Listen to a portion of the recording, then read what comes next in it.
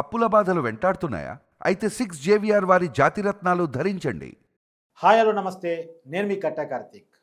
పులివెందుల పులిబిడ్డగా చెప్పుకుంటా ఉంటాడు వైసీపీ అధినేత జగన్మోహన్ రెడ్డి గారు. అలాంటిది ఆయన పరిస్థితి సొంత నియోజకవర్గంలో ఏ రకంగా ఉంది, కడప జిల్లాలో ఉన్నటువంటి పరిస్థితి ఏంటి? ఎందుకంటే మొన్న కడప జిల్లాలో జరిగినటువంటి టీడీపీ మహానాడికి పెద్ద ఎత్తున జనాలు వచ్చినటువంటి పరిస్థితి, అంత బ్రహ్మరథం దక్కడానికి ఉన్నటువంటి కారణాలు ఏంటి? రాయలసీమలో జగన్మోహన్ రెడ్డికి భారీ పతనానికి ఉన్నటువంటి కారణాలు ఏంటి? సొంత కడప జిల్లాలో కూడా దాదాపుగా కేవలం 10 స్థానాల్లో కేవలం 3 స్థానాలకే పరిమితం కావడానికి ఉన్నటువంటి రీజన్స్ ఏంటి? 1 ఇయర్ ఎన్డీఏ పరిపాలన ఏ రకంగా ఉంది? జగన్మోహన్ రెడ్డి ప్రజలు ఎలా చూస్తున్నారు? కూటమి పరిపాలన ఎలా చూస్తున్నారు? సంక్షేమ కార్యక్రమాల అమల్లో ఉన్నటువంటి రోడ్డుపాటు ఏంటి? టీడీపీకి ఉన్నటువంటి మైనస్లు ఏంటి? టీడీపీ మహానాల్లో నారా లోకేష్ గారికి పార్టీ వర్కింగ్ ప్రెసిడెంట్ అప్పజెప్పకపోవడానికి ఉన్నటువంటి కారణాలు ఏంటి? ఇవన్నీ మాట్లాడుకునే ప్రయత్నం చేద్దాం. నాతో ఉన్నారు టీడీపీ రాష్ట్ర ఉపాధ్యక్షులు పార్థసారథి గారు. సార్ నమస్కారం. సార్ నమస్కారం. సార్, మీరు పులివెందుల ప్రాంతానికి సంబంధించిన వాళ్ళు కాబట్టి అక్కడి నుంచి స్టార్ట్ చేద్దాం. ఎందుకంటే కూటమి ప్రభుత్వానికి 1 ఇయర్ నిండిపోయింది. ఇప్పుడు ఏంటి పులివెందులలో పరిస్థితి? జగన్మోహన్ రెడ్డి గారు అసెంబ్లీకి రావట్లేదు పులివెందుల ఎమ్మెల్యేగా. ఏంటి పులివెందులో ప్రజలు ఏమనుకుంటున్నారు? అందులోనూ మొన్న కడపలో మహానాడు జరిగింది. ఆ మహానాడులో మీరు కూడా నాయకత్వం వహించారు. ఆ మహానాడు ఫుల్ సక్సెస్, ఆ జోష్లో ఇంకా ఉన్నట్టున్నారు మీరు. అంతగా సక్సెస్ గారు అనుకున్న రీజన్స్ ఏంటి అసలు? జగన్ పీడ ఈ రాష్ట్రంలో విరగడ కావడమే ఆ సక్సెస్కు ప్రధానమైన కారణం. ప్రజలు మార్పు కోరినారు. 2024లో భయంకరమైన సునామీ వచ్చింది. ఆ విజయోత్సాహాన్ని జరుపుకోవాలనే ఉత్సాహంతో రాయలసీమ 4 చెరువుల నుంచి అసంఖ్యాకంగా వచ్చినారు లక్షలాది జనం.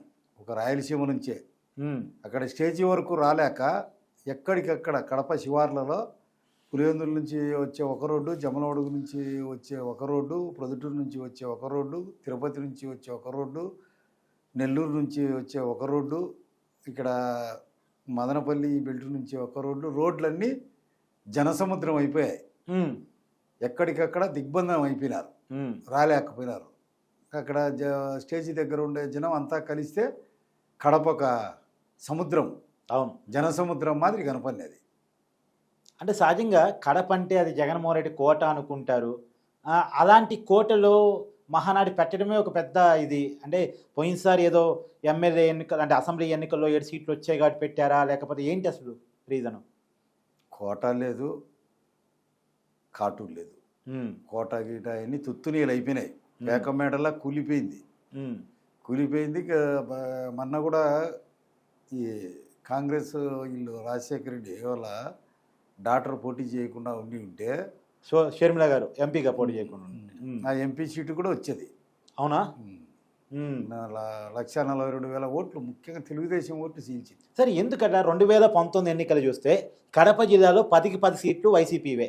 కానీ మొన్న ఎన్నికల్లో మాత్రం 7 సీట్లు కూటమి గెలిస్తే వైసీపీ 3 సీట్లకే పరిమితమైంది. ఎందుకు? ఆ పరిస్థితికి ఉన్న కారణాలు ఏంటి? 2019కి 2024కి మధ్య తేడా ఏంటి అసలు? అంటే మేము అప్పుడు జన్మభూమి కమిటీల్లో బాగా చెడ్డ పేరు వచ్చింది. ఒకటి, ఇతను జగన్ సుదీర్ఘమైన పాదయాత్ర చేసి అవన్నీ అబద్ధాలన్నీ చెప్పినాడు.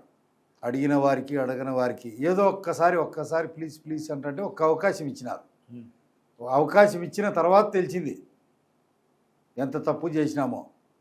ఇంకా మళ్ళీ ఆ పొరపాటు చేయరు, జీవితంలో చేయరు ఆంధ్ర రాష్ట్ర ప్రజలు. ఇప్పుడు పులివెందులలో ఎమ్మెల్యేగా జగన్మోహన్ రెడ్డి గారు అసెంబ్లీకి వెళ్ళట్లేదు. ప్రతిపక్ష హోదా ఇస్తేనే అసెంబ్లీకి పోతానని బహిరంగంగానే చెప్తున్నాడు. అక్కడ చర్చ ఉందా అసెంబ్లీకి పోవట్లేదు మా ఎమ్మెల్యే అనేది? రాజ్యాంగ నియమం ప్రకారము ప్రతిపక్ష హోదా రాదు, అది అతనికి తెలుసు. అతను ముఖ్యమంత్రిగా ఉండేప్పుడు ప్రతిపక్ష పార్టీ సభ్యుల్ని హింసించినాడు, అసభ్యంగా మాట్లాడినాడు. ఇప్పుడు గుండెలు కావద్దు, పిరికి పందా. పులివెందుల ప్రజలు నీ మీద నమ్మకంతో ఎమ్మెల్యే గెలిపించినారు. నీకు ధైర్యము సాహసము ఉంటే, పులివెందుల ప్రజల మీద, రాష్ట్ర ప్రజల మీద ప్రేమ అభిమానం ఉంటే ఈ రాష్ట్ర సమస్యలు ప్రస్తావించు, అసెంబ్లీలో నిర్మాణాత్మకమైనటువంటి విమర్శలు చేయి, హేతుబద్ధంగా ఎక్కడ లోపం ఉందో ఎలా చేయాలనో సలహాలు. తెలుగుదేశం పార్టీ నీ సలహాలను తీసుకునే దానికి సిద్ధంగా ఉంది. సార్, మీరు పులివెందుల ప్రాంతానికి సంబంధించిన వ్యక్తి కాబట్టి అడుగుతున్నాను. చాలామందికి ఉన్న డౌట్ ఏంటంటే, వైసీపీ పార్టీ పెట్టేనాడు రాజశేఖర రెడ్డి గారు చనిపోయిన తర్వాత వచ్చిన బై ఎలక్షన్స్లో విజయమ్మ గారిని ఎమ్మెల్యేగా నిలబెట్టారు.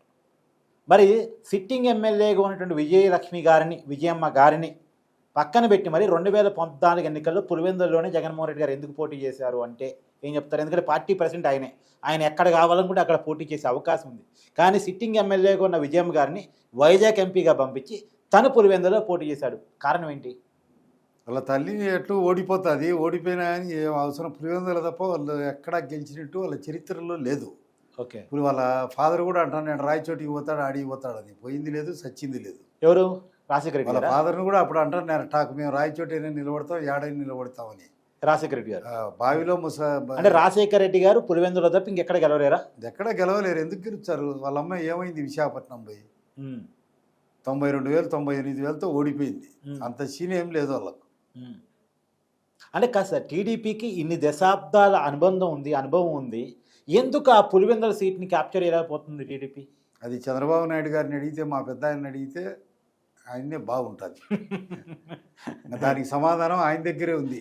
అంటే అది పులివెందులో ఉన్న మీ దగ్గర కదా ఉండాల్సింది. మా దగ్గర ఉండాలి. మా సమాధానానికి ఆయన తీసుకోవడంలే, స్వీకరించడంలే. మా పెద్ద ఆయన తండ్రి వంటి వాడు. ఆడ మా కమ్యూనిటీ ఎక్కువ ఉంది. రెడ్లల్లో సబ్ క్యాస్ట్లు ఉన్నాయి. మాది పెడకంటి సబ్ క్యాస్ట్. ఓకే, 46,000 ఓట్లు ఉన్నాయి. కడప జిల్లాలో ఎక్కువ ఓట్లు ఉండేది పులివెందుల నియోజకవర్గం. మొత్తం 74 నుంచి 75,000 ఉన్నాయి. సముచితమైనటువంటి ప్రాధాన్యం మా కమ్యూనిటీకి ఏ పార్టీ కల్పించడం లే. ఓకే, భారతదేశంలో కుడి నుంచి ఎడం వరకు ఉండే పార్టీలు, రాష్ట్ర పార్టీలు కానీ జాతీయ పార్టీలు కానీ ఏ రోజు మా పెడకంటి సామాజిక వర్గం పట్ల శ్రద్ధ చూపడంలే. అయినా కానీ మా వాళ్ళే ఉంటారు, అన్ని పార్టీలలో శ్రమించి పనిచేస్తుంటారు. ఏ రోజైతే మా వాళ్ళు కన్సాలిడేట్ అయ్యి ఒక గుద్దితే జగన్ కోట అంటున్నారు కదా, అది కోటో పేటో పేక మేడో బద్దలు అవుతుందో లేదో అప్పుడు తెలుస్తుంది. ఆయన కూడా రెడ్డేగా. అంతా అడ్డమైన వాళ్ళు రెడ్డి పెట్టుకుంటాంటారు. రెడ్డి కాదు, అతను క్రైస్తవుడు. మాకు అతనికి అలాంటి సంబంధం లేదు. హిందూ వ్యవస్థలో అవిభక్త కుటుంబంలో భాగస్వాములు అయ్యి కాపులుగా ఉండే రెడ్డి, కమ్మ, వెలమ, బలిజ, తెలగ, కొండరెడ్డి, కొండ కాపు ఇటువంటి వాళ్ళే మా సోదరులు. ఇంకా తొలిదశలో జారిపోయినారు, దాచిపోయి వివిధ పన్నారు. వాళ్ళంతా కాపులే. ఇప్పుడు జగన్మోహన్ రెడ్డి గారు రెడ్డి కాదంటారు, అంతేనా? కాదు కదా. అయితే మా వెంకటేశ్వర స్వామి లడ్డు ఎందుకు తీసుకోలే? మా ఆంజనేయ స్వామి సింధూరం ఎందుకు పెట్టుకోలే?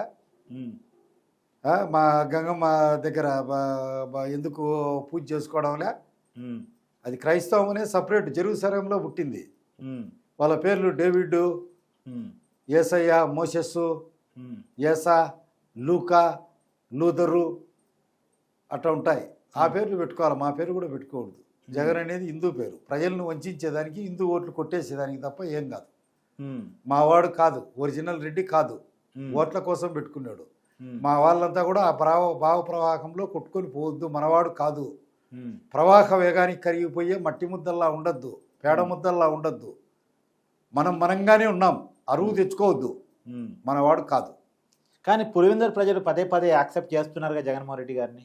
వాటం లేక దిక్కు లేక మా వాళ్ళు ఎవరు సూటిగా తీసుకోలే, మావాడు కాదు అని. ఏ రాజకీయ పార్టీకి దానికి సహకారం ఇవ్వడంలే. అటు అన్నీ విడమరిచి చెప్పాలి కదా.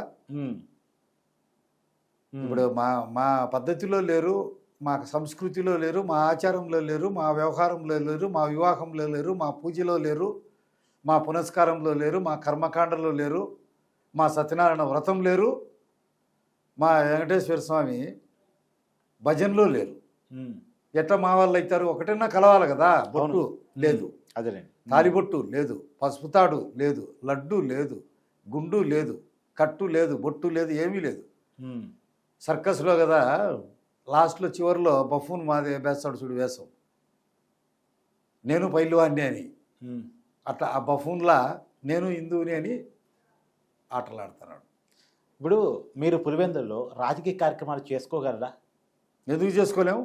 వాళ్ళ ఫాదర్ నుండి ఎప్పుడు చేసినాం, అతను నుండి ఎప్పుడు చేసినాం, ఎప్పుడైనా చేస్తాం. ఎందుకు చేయలేము? అంటే అక్కడ ఫ్యాక్షనిజం కల్చర్ ఎక్కువ. జగన్మోహన్ రెడ్డి గారికి వ్యతిరేకంగా మాట్లాడితే అక్కడ ఉన్న వాళ్ళు తిరగబడతారు, అక్కడ అవసరమైతే కత్తులు లేస్తాయి, బాంబులు పడతాయి, ఇలా చాలా మంది చెప్పుకుంటూ ఉంటారు కదా. కత్తులు లేచినాయి, బాంబులు లేచినాయి, తుపాకులు ఓపెన్ అయినాయి, తుపాకులు గర్జించినాయి, ఇవన్నీ నరికినారు. వివేకానంద రెడ్డి వీళ్ళ పైన డయింగ్ డిక్లరేషన్ వేశాడు. మా తమ్ముని చంపిన కేసులో భారతీయ నాయన డాక్టర్ ఈసి గంగిరెడ్డి, అవినాష్ నాయన, వైఎస్ భాస్కర్ రెడ్డి ముద్దాయిలు. ఇక్కడ ఇక్కడ ఇక్కడ ఇవన్నీ అవే. మీరు అనుకునేంత అంత ఫైల్వాన్ కాదు. ఉమ్, ఉమ్, వంచన చేస్తాడు. మా వాళ్ళు కనుక్కోవాలంటే ఒకే ఒక్కటి, ఉమ్, ఇప్పుడు ఈ రెడ్డి, కమ్మ, వెలమ, బలిజ, తెలగ, కొండరెడ్డి, కొండకాపు వీళ్ళందరికీ పూర్వపురుషుడు ఎవరు? దుర్జయ మహారాజ్ సంతతి చరిత్రలో ఉంది. కానీ ఒక విషయం సార్, లీడర్లు లేకనా తయారు చేసుకోకనా ఎందుకు జగన్మోహన్ రెడ్డి లేదా రాజశేఖర రెడ్డి గారి కుటుంబాన్ని ఎదుర్కొనేటువంటి లీడర్ని పులివెందులో టీడీపీ తయారు చేసుకోలేకపోతుంది? ఇప్పుడు అప్పుడు 95, 96, 98 ఆ ప్రాంతంలో జెండా కట్టే మగోడే లేడు. ఓకే. రొమ్ములు చరిచి రణ నినాదం చేసి వాళ్ళకు వ్యతిరేకంగా నిలవన్నాం. ఉమ్, విజయమో వీరస్వర్గమో తేల్చుకున్నాం రాంటి ప్రజాస్వామ్య పద్ధతిలోని ఉమ్, తేల్చుకున్నాం. 3 జడ్పీటీసీలు గెలిచాం, 2 మండలాలు గెలిచాం, అనేక పంచాయతీలు గెలిచాం. ఉమ్, 96లో వాళ్ళకు అయిపోయింది, రాజకీయంగా సమాధి చేయబట్టినారు. ఏదో టెక్నికల్గా వాళ్ళు ఏదో మేనేజ్ చేసుకొని బయట పడినారు రాజశేఖర రెడ్డి. ఉమ్, మళ్ళా ఎలక్షన్లలో కూడా అంతే టెక్నికల్గా మేనేజ్ చేసుకొని బతికితిరా బతుకుజీవుడా అని బయట పడినాడు 22,000తో, ఫస్ట్ 5,000తో, మళ్ళీ 22,000, మళ్ళీ 56,000తో. ఈ రాష్ట్ర ప్రజలు అనుకునేంత బలవంతుడు కాదు. ఓకే.